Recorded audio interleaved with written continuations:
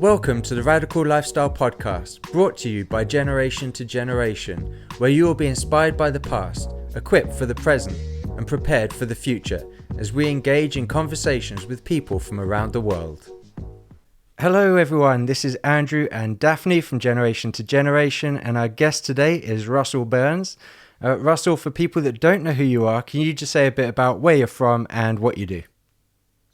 Well, I'm from here in Tucson, Arizona, and grew up here and met my wife, had my children here, and my background, I was a pastor missionary, worked in Brazil years ago, and my wife and I, we always thought we would live our whole life in Brazil because of our love for the Brazilian country that God had put in our hearts.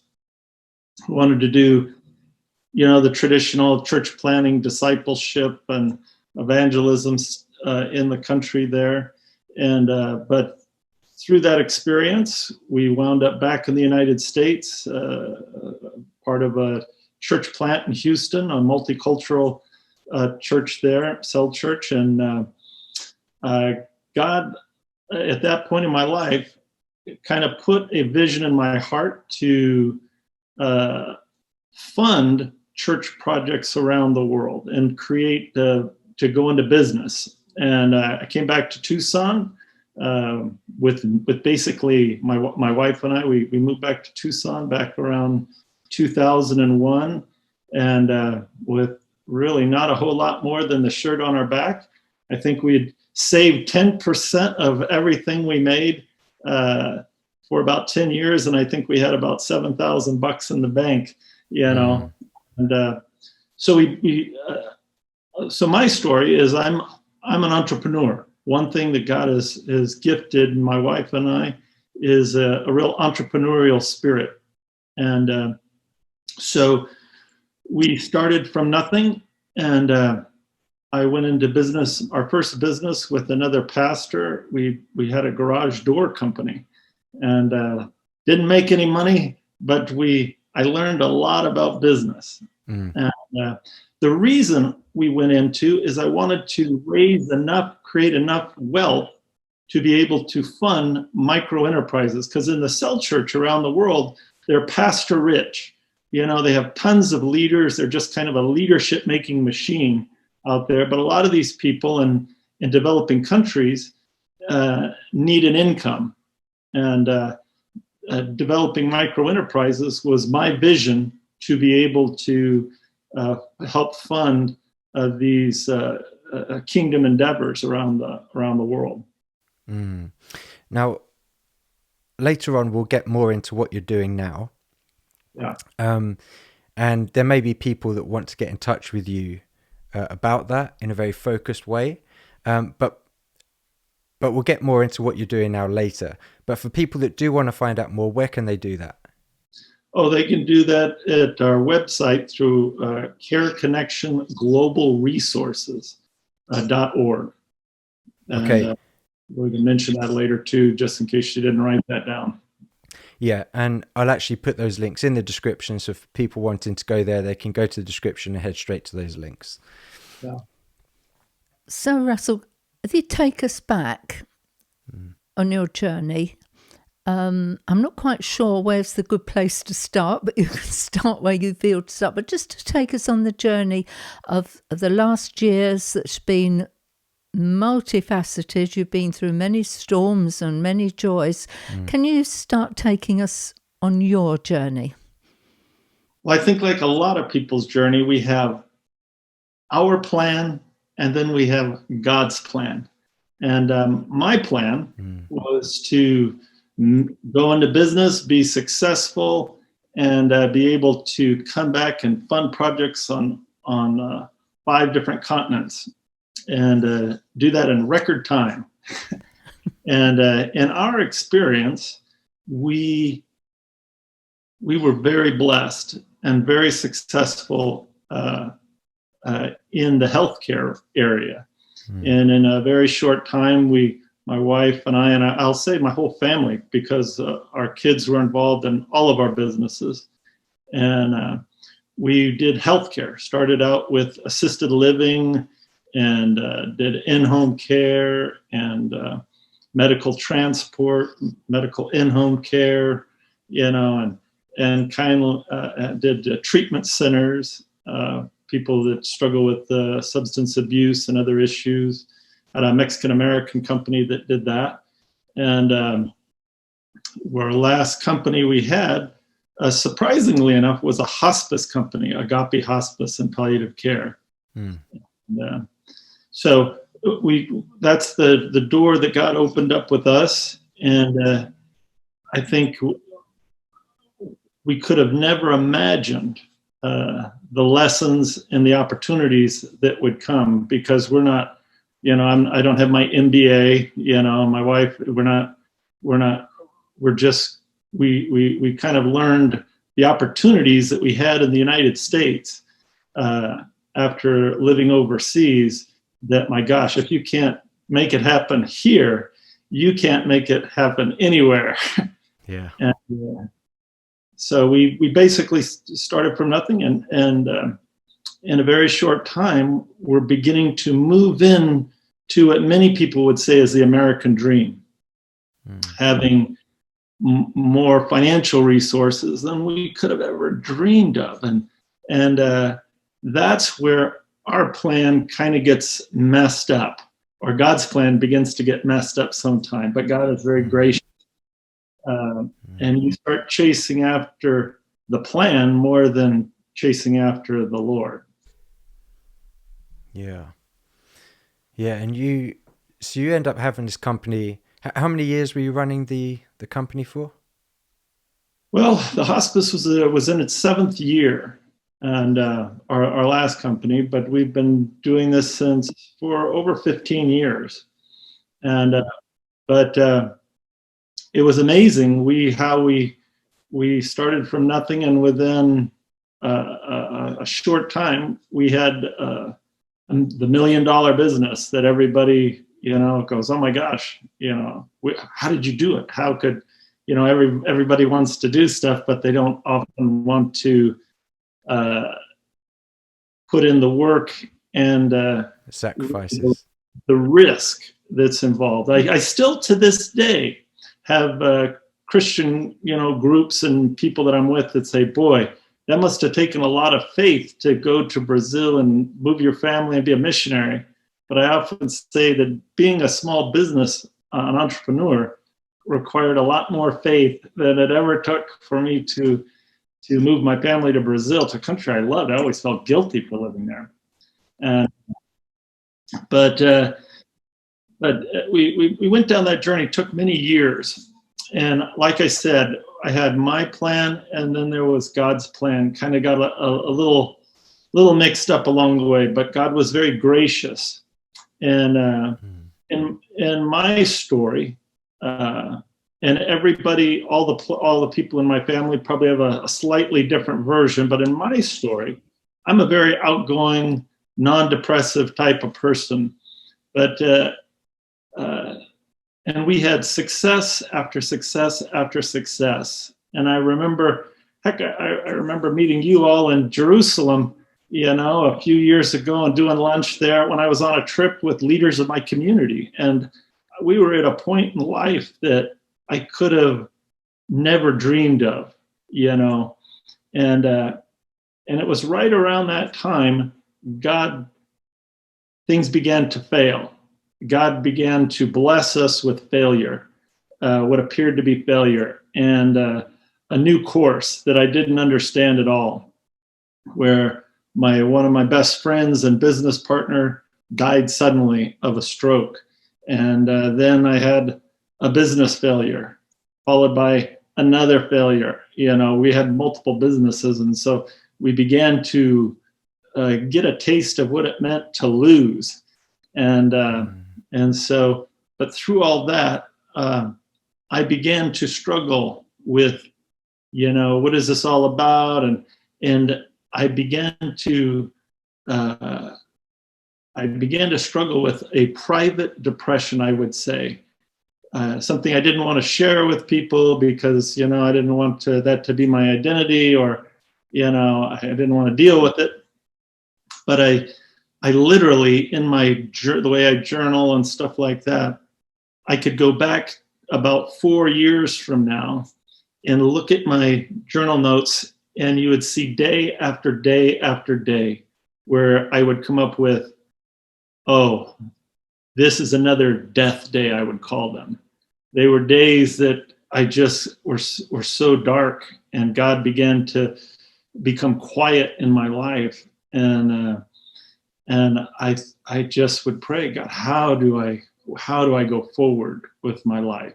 And I had many pressures. I was a Medicare contractor and dealing with the stresses of dealing with the federal government, and a large staff, and then I was also on boards with nonprofits here in Tucson. I was also a chairman of one of the largest community transformation organizations in the United States. And but I kept all this to myself. And I had a number of friends that, were, I'm only 55 years old, but I'm kind of in that range where you start to have some of your friends leave this earth early. And it really caused me to begin to ponder, and God really started opening things up in my life. So as I prayed, I thought, it just kind of took me to a different level of trusting God. I always look at, you have life verses.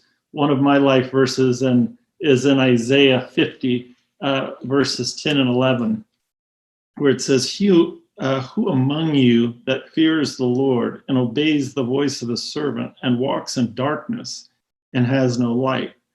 Let him trust in the name of the Lord and rely on his God.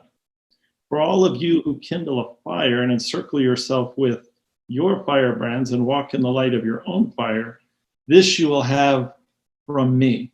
You will lie down in torment. And I had a lot of inner torment in my life because I thought I needed to light my own fire. And that was part of my plan. And I've since found, there's far more strength in our weakness. Christ became flesh and dwelt among the weak, so he could reveal himself to us. And so I remember really praying.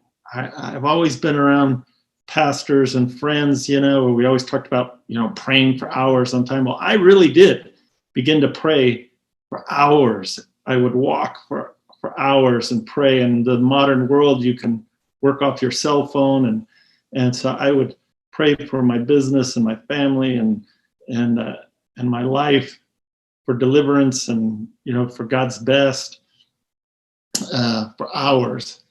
And it seemed like about it was in 2018. It seemed like the fog began to lift, and I began to start sensing inner hope and purpose to my life again. And I really,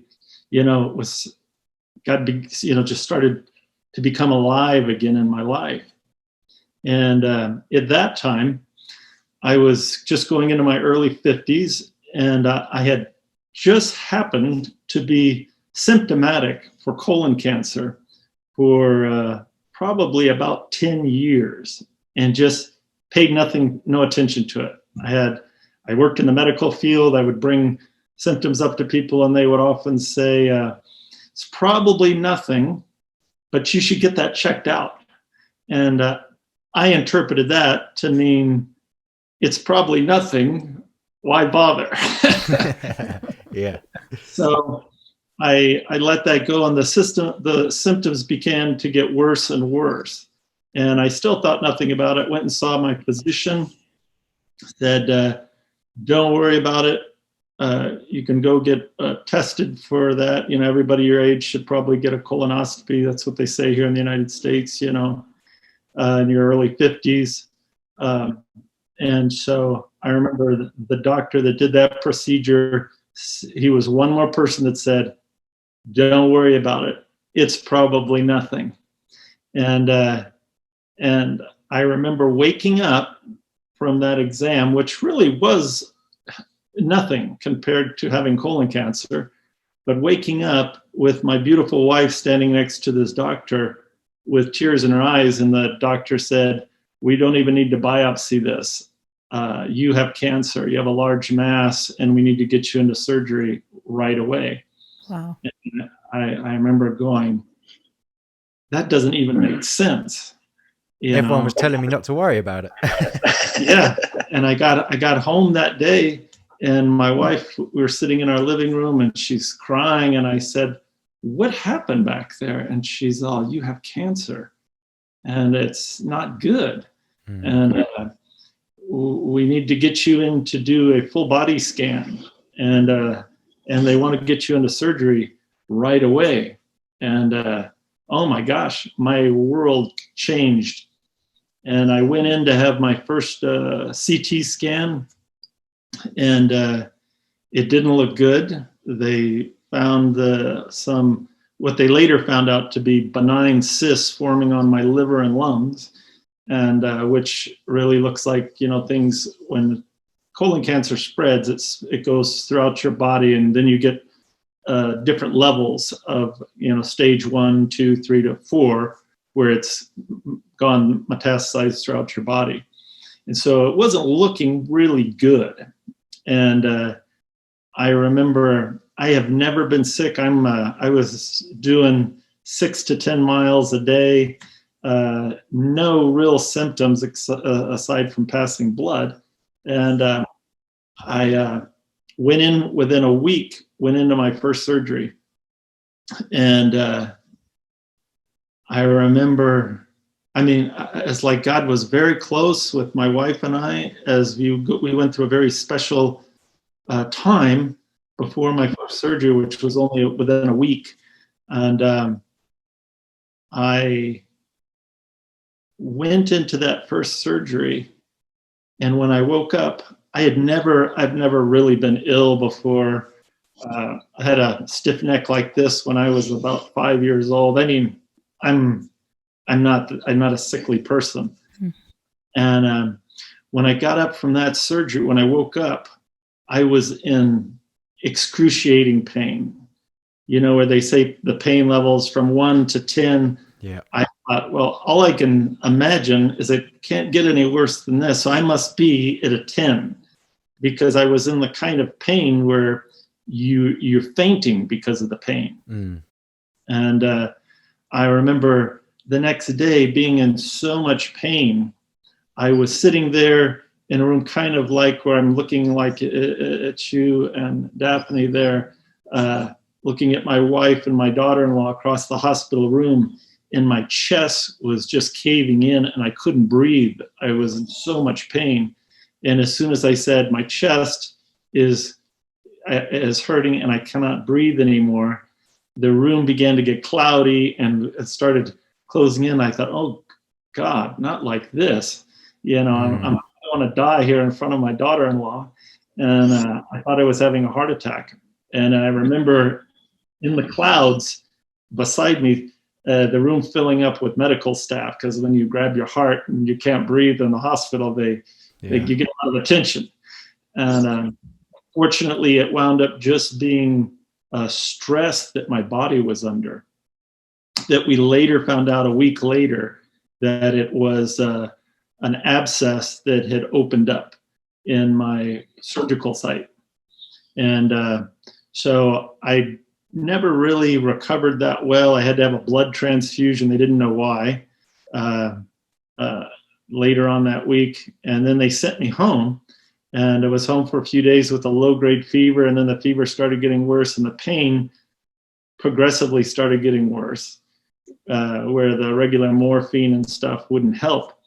And I remember them, saying, you need to get back to the hospital right away, one Monday night. And I have to say, when I woke up after my first surgery, it is like the heavens became completely quiet. God, I would pray, and I was just messed up at that point, and I would just stare at the wall and pray, and I could hear nothing from God. I also had a huge life insurance policy. that was worth millions of dollars. And one thing I wanted to do is be able to fund this work overseas. And I wanted to be able to help my children and family in their endeavors. And so I'm thinking, maybe this is what's going to happen to me. Maybe it makes sense, And so, but that Monday night, I go back to the hospital and was in so much pain, I couldn't even get into the machine to do the body scan. They had to lift me, few people had to lift me onto this machine. It was a part of the hospital that was Monday night. There wasn't a lot going on. And I remember coming out of this in the dark, and my surgeon walked up and she goes, Russell, I'm so sorry. There's complications that I said could happen. Well, you have some serious complications. I can read this. I'm getting the operating room ready. And she touched me and she said, tomorrow,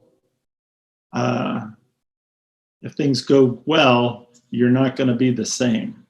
And tonight would be a good night if your family's here in town to talk with them. And so I'm kind of going, oh, wow. This is kind of what the upper room experience for a human being is, wow. To sit with my children and do my goodbyes and what do you say?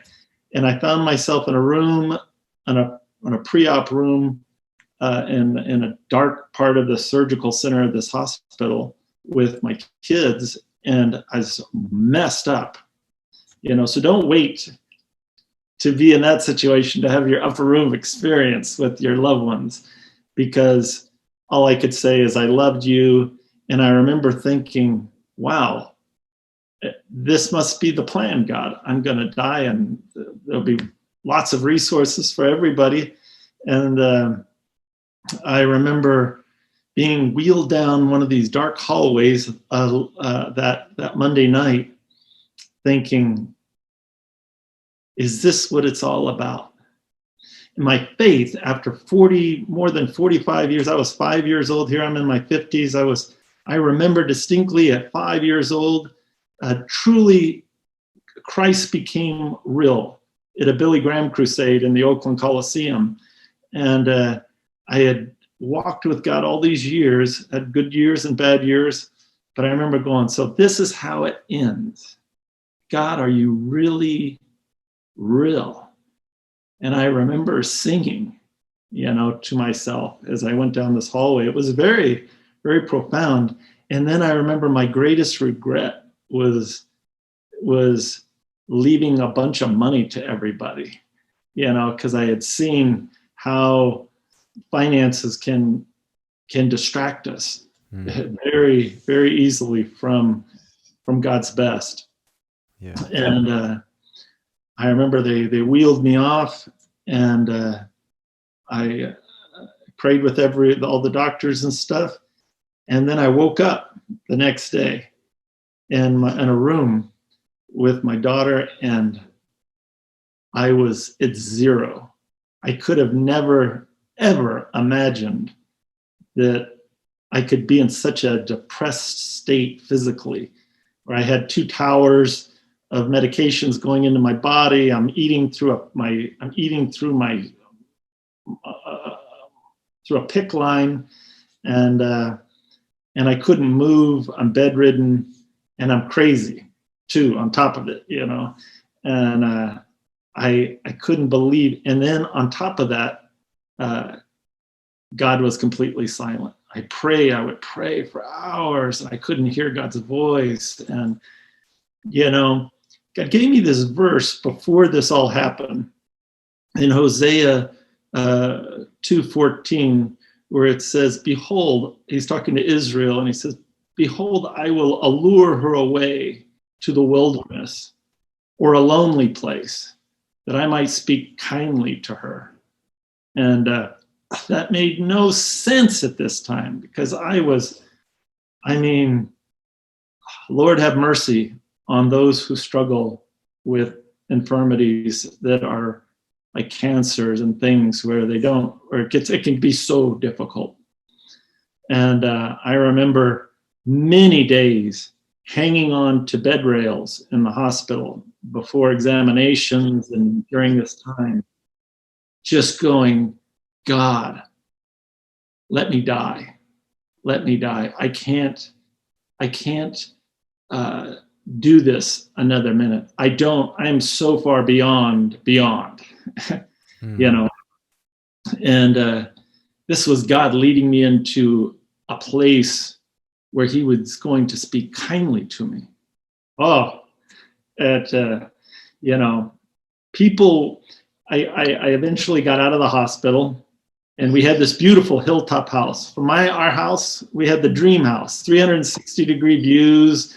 From our swimming pool, you could see the Mexican border, you know, from Tucson. I mean, it was a dream house up on top of this hill. I was afraid to look out the windows at this time because I was so depleted from my experience. And I'm looking pretty full right now, you know, but I had lost so much weight so rapidly.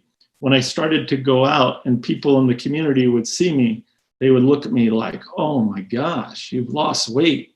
But they would look at me like, oh my gosh, have you been burned in a fire or something? You know, you're trying to be positive, but it's like, oh my gosh, what happened to you? And my voice, my throat was damaged from being intubated. And so I talked I talked the part. And and God didn't talk to me. God was still silent, week after week, month after month. And my life never stopped. We still had this big ship that was moving. And I remember, I can share the story now, but I wouldn't dare share it then. Things got so bad, I couldn't handle this anymore.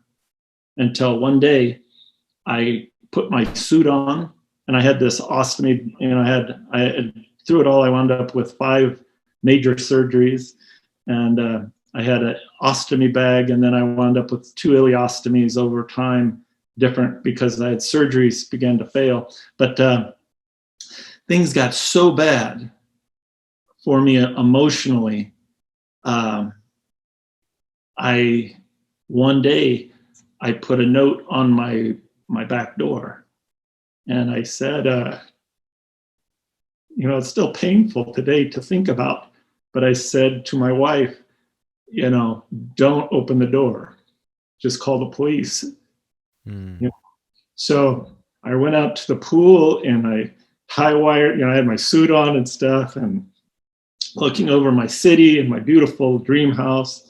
And I thought, I'm just gonna push these buckets of rocks into the pool, and I'm gonna leave the pain, you know. And it was really a dark place, the darkest place I've ever been in my life. And it's I understand why people do that, you know. But in my case, I said, I was right there, and I said, this ain't how I'm gonna go, God. You know, I've already been as low as I can go. And this isn't, I don't want to do this to my children, and I don't want to do this. I've already been through enough pain, and there's been enough pain in my family right now. And so got my pliers and cut myself loose and tore up the note. Nobody knew about this, you know, and struggled. And for about 8 months, I finally went in for my surgery to repair and hopefully reconnect everything and get rid of my ostomy bag. And went through that surgery. They felt that it was a success, and they said, you just need 6 to 8 weeks to heal up. You know, things are going to get better. And but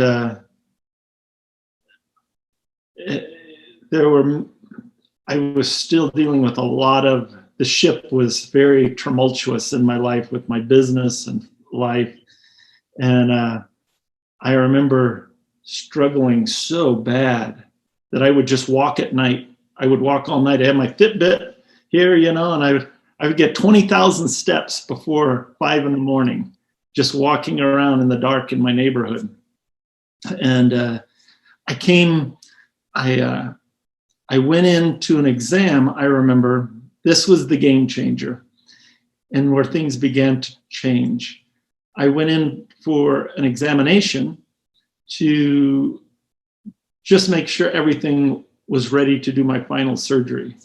And I was going to have this exam without any anesthesia. I remember the nurse coming up and saying, "Oh, I'll give you some stuff that'll make you feel real good here in a minute." And I go, "They're not going to give me anything, because it's only going to take a couple of minutes, And I remember my surgeon coming up and saying, "Would you mind if there were some students here and stuff?" And I go, "Oh, at this point, you can bring people down and, I have no dignity anymore." And so I had this room full of people, and they started doing this exam. And I remember the surgeon going, "This doesn't look good." I couldn't. And then one by one, I kept having people in the room put their hand on my shoulder and say, "Mr. Burns, we're so sorry." And then they did some biopsies. "Well, why do you got to do biopsies?" And, and I remember coming outside of the room. And by this time, my surgeon and I were starting to get really honest. And, I caught her in the hallway and I said, "What just went on in there?" And she goes, "It looks like there's tumor growths around your surgical site. And you've developed scar tissue to where it's completely closed off, and your last surgery failed. And I will call you immediately as soon as we get the biopsy back, but I'm sorry." And I remember I drove myself home. I could hardly drive, and I couldn't handle anymore. I mean, I had a couple other horrible exams, and Was this before or after the pool? This was after. This was after. This is about 6 months after. And I remember going, this was at the lowest point, because I owned a hospice, and I spent a lot of time with people at the end of life. And in my opinion, there comes a time to just go, and this must have been my time. And so but I didn't feel like it was my time. And God was so quiet to me, it was such a bizarre thing. But I remember that night I'm lying in bed and death came into my room like a dark cloud. And, I almost had an identity of being a sick person at that time, because it seemed to be a part of every encounter I had out in the community. And I remember I said to death, "I don't want to die anymore. I want to live, and you don't serve me anymore. I was wrong for wanting to die. That's not God's best for my life. And I don't want you in my life anymore." And it just left. It was bizarre. And then the next night, go ahead. I was just going to say, you have all these struggles, you have the surgeries that drive you to the point of wanting to die. Was your sort of conclusion of that struggle. And now you come out of that, you go back into, well, suddenly now there's more struggles, more surgeries, possibly more pain, but your conclusion was, no, I want to live. And there's a different conclusion to the two journeys. Is there something you can pinpoint as to why your mindset was to live as opposed to die like before? Because I realized I could handle a lot more than I ever thought I could. When you are hanging on to a hospital bed and you just can't describe it unless you're one of those people where things are so bad that you can't handle another moment, and you handle another moment, and then another hour, another day. And but the next night, I'm laying there, and an angel comes. I'm sleeping next to my wife, and this angel comes to me and says, God is going to heal you. He has another plan for your life, or he has a plan for your life. And he just has a different timetable than you do. And I remember saying, you don't understand. I have to be healed very soon, or my body's never going to work. And I got this, my cancer is going to come back. And the angel says, you don't understand. And I realized, oh my gosh, this is the Lord speaking to me. And yeah. And I said, I'll do whatever you want. And that's when things began to change. And the Lord led me down this process of trusting him with different experiences. And so we went in to have this horrible meeting with the surgeon a couple of days later. She comes in looking at the floor and says, boy, I'll be honest, I don't know what to do. The first thing was like a 3%, less than 3% people have these kind of complications that you had. What you have right now, we've never seen. And we can send you to the Mayo Clinic and all this stuff, but it's just your body. And I told her the story. She's a humanist type of person. And I said, death, and then and then the angel, and she goes, let's go with that. One thing you just said, Russell, which struck me, you said you realized you had an identity as a sick person. Yes. I would imagine that was a big aha moment. Yes. It's oftentimes I don't know about other people, but I had a card to play. I had an identity, and my identity was a sick person. And through the angel talking to me, I believe the scripture came alive, that the atonement is not just for our spirit, our spiritual redemption, but it's also for all of life, And so God wanted to redeem all of my life. And part of it is physical, and it's very interesting. I had two kinds of people pray for me. One would say, Lord, heal our brother Russell. But if you don't, give him the grace in your misery, And other people would say, Lord, there's just no other way. You heal him and make yourself real to him. And I think it's a lot like salvation. Many people we know have heard the gospel, and they say, I just don't feel the way you feel about God. And my thing would be the same to them. You need to keep crying out to God until he makes himself real to you, and he will make himself real to you. And that's, so through all that, God began to start speaking a little bit more and a little bit more. And my surgeon said, we can just do the same thing over and hope for a better outcome.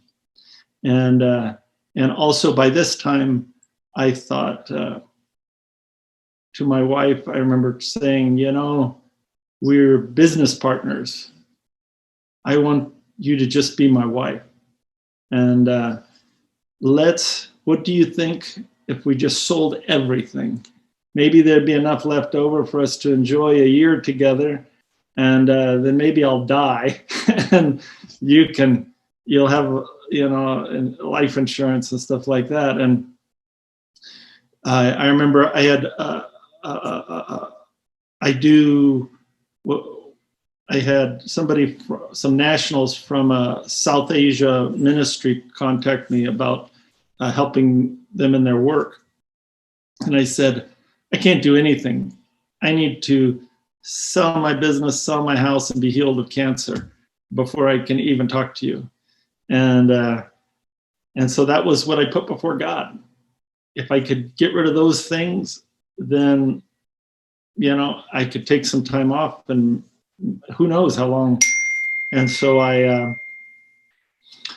we started down that road. And right away, one of the largest healthcare companies in the United States contacted us and said, you have one of the best hospices in town. Would you be interested in selling that company? And the first people that looked at our house bought our house. And I went down this road with, I had my next surgery right around the time we sold our company. And they all just went perfect. I didn't have the same problem. And I remember within about 5 months, we sold the house, sold the business. And I remember my surgeon was very stoic humanist, tearing up and saying, I don't ever want to see you again. You're well. The feeling's mutual. Yeah, it's been really cool, but I think it's time to move on. And, this was about almost 2 years after, it was about a 2-year journey with the cancer until that day happened. And my wife and I, we just took off into the world with one-way tickets. And I remember it was January last year, we were in Hawaii. And she said, I'm tired of this traveling stuff. And I said, I just need more time to heal. And I want to go hiking down in Fiordland, down in southern New Zealand. I want to get as far away from the world as I can. And I remember she flew home and I jumped on a plane and went to Sydney and then on to New Zealand. I'm guessing when you say I need more time to heal, because you're hiking stuff at this point, I'm guessing when you say that, I guess partly physically, but you're talking probably mostly mentally, emotionally, spiritually. That's probably your biggest focus right now, is it? I guess with the healing. Yeah. I just it was physical side was nothing. I was sleeping in a bed now, no sleeping in a chair. Life is good, and I am, and so it was really a spiritual thing. And I remember going from one end of that country to another and being up in a Doubtless Bay, up and walking on the beach in northern New Zealand. And I get this message from the same people and over in South Asia. And I go, I have no excuse. All those things happen, let's look into that. I'll go back to the United States and start a nonprofit or whatever, and we'll get started. And so I said, God, I'm healed. I'm so grateful. I'm ready to go. I don't need any more time. I'm 55 years old. I'm too young to retire. And so I flew back to the United States, and God quickly connected me with my new business partner.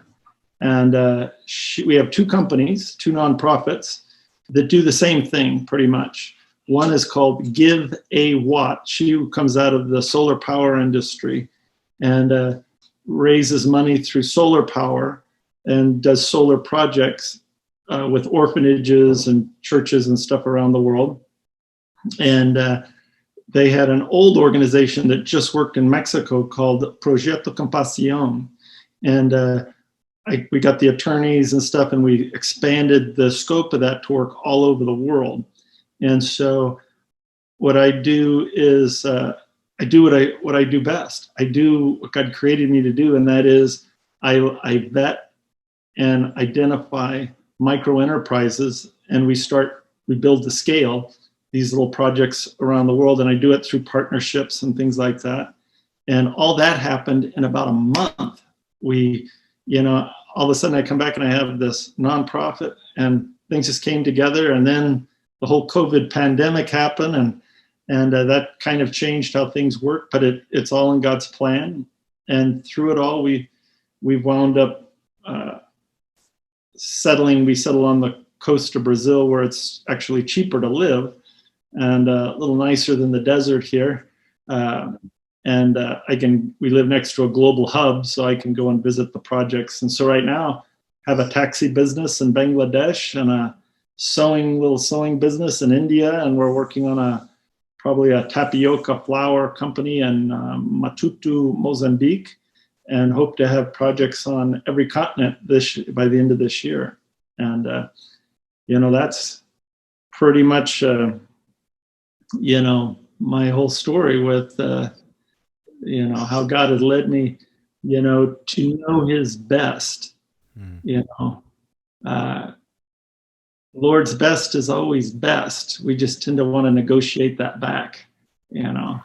I think sometimes too we realize His best after the fact more than in the fact, and that's a tough road. But I'm also impressed by the fact that you had this vision before all this started. You had a vision to have the business that you've got now, and I think it is very symptomatic of who God is, that He gave it to you and He fulfilled it in His time.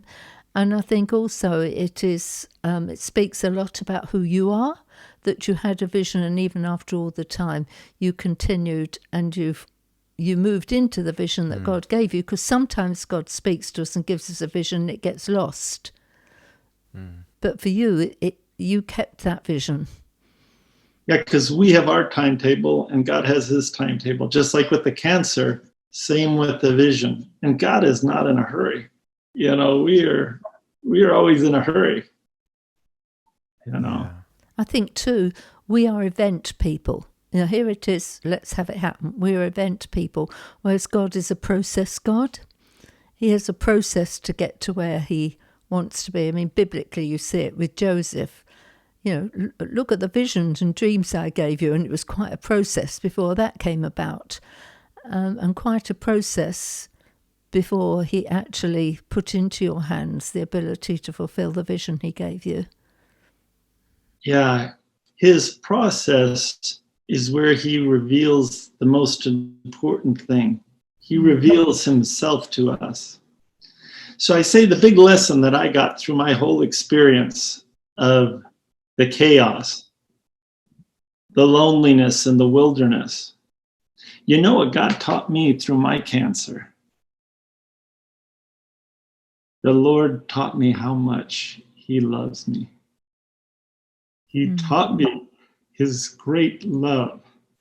When I was suffering, that was, as crazy as that sounds, that's where He showed me how much He loved me. As I reflect back on my whole experience, I just block it out. I just think of how much God loved me. It's funny because people listening to you say that will go, but hang on, you've said this whole time that God was silent through that whole process, and now you're saying when you reflect back at it, all you see is how much God loved you, and they'd be like, wait, how does that work? How do you figure that out? Yeah, how do you figure out an infinite God? I don't know. And it also reminds me of the scripture you said about luring you into the wilderness and meet you there. So the wilderness is not a good place to be, but He met you there. Doesn't feel like a good place to be. No. That alluring is like a picture of a woman who might allure a man off. We get drawn away and with things of the world, but God in His mercy, He wants to redeem us, and He wants to show Himself faithful, and He wants to love us. And often what God does seems to be backwards, anyways, from the way we think. It's like the in James where it says the rich should rejoice in their humility. Not in your riches. Your power comes through just the opposite, through our weakness in life.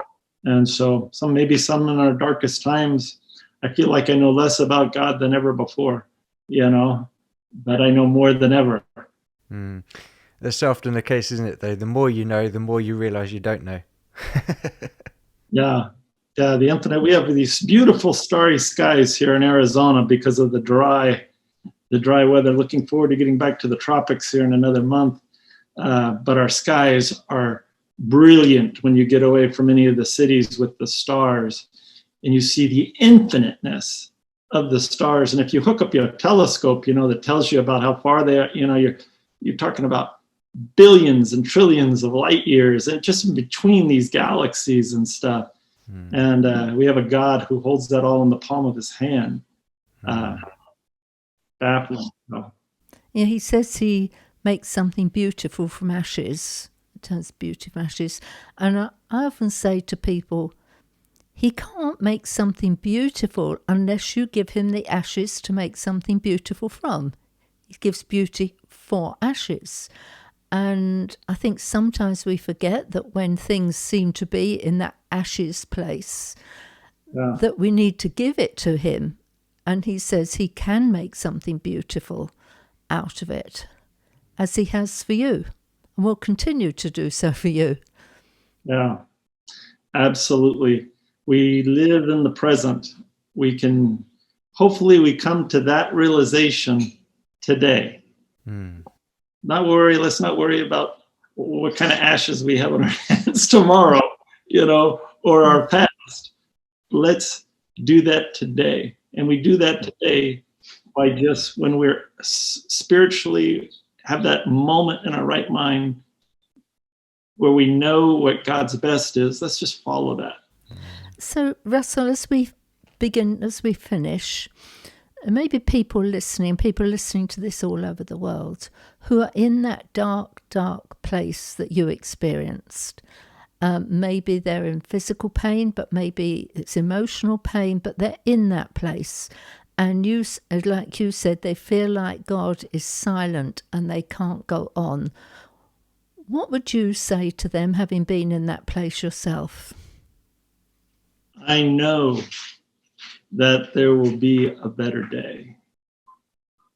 And the sun will come up again in your life, and a better day.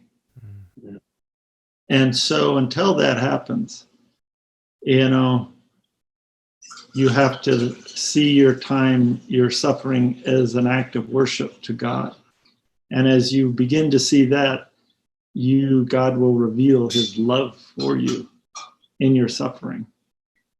That's all I can say is that's what I know to be true in my life, and but I have to believe that's true. And God is real. I feel like I died with my experience. So I am really looking forward to, maybe I have 50 more years, maybe I have another day. I am really excited about, whatever is in front of me now. Well, thank you, Russell, for that, because it is spoken from an authentic place, from somebody who knows where you are, knows what you're experiencing. And, I would say to you, do contact Russell. His details are below. If you're in that place and you want to reach out to somebody who can identify with you, Jesus can identify with you. He was in that place, but he has his people on this earth to reach out. So thank you, Russell, for sharing your journey. Thank you for your vulnerability in sharing it. And we're so thankful that you're here today to be able to talk with us. Yeah, thank you so much. We've always appreciated your friendship, even randomly bumping into you in different countries. So, thank you so much again for sharing some of your story with us and taking the time. We really, really appreciate it. Thank you, Russell. Look forward to doing lunch, doing falafels in a rug shop in Jerusalem again. We'll do that. Definitely. Bye. God bless. Thank you for listening to this episode. If it inspired you, please rate us and subscribe on Apple or Google Podcasts, Spotify, or another podcast platform.